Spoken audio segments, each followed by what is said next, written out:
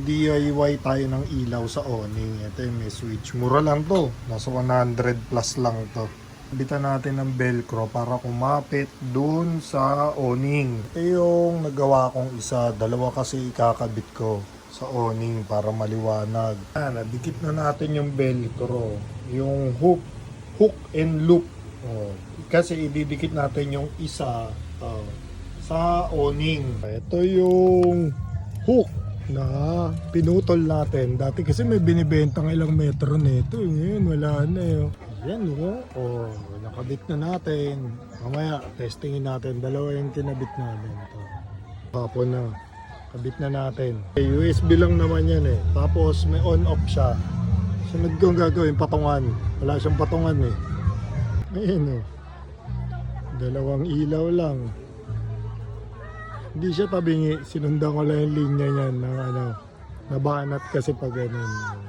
So yun yung mahaba. Ito kasi mahaba. Pero overall ito. Yan, napailaw niya lahat. Lahat ng sulok. Pwede. Yun na lang gagawin ko. Kabitan ng power bank. Kasi pag umulan, paano na? Diba? Yan yung DIY natin dati na ilaw. Bakit pa ganyan? Para cover niya, kanto-kanto. Kaya hindi pa ganun namin ginagawa. Para isang ilaw siya, bukas lahat. Ilaw lahat. Ayan. USB lang siya on-off.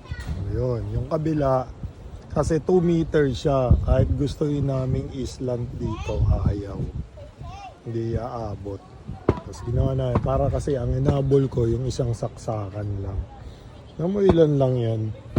Yun 15, 16 watts lang siya naglalaro. Sama pa nagcha-charge. Diba? Goods. Liwanag.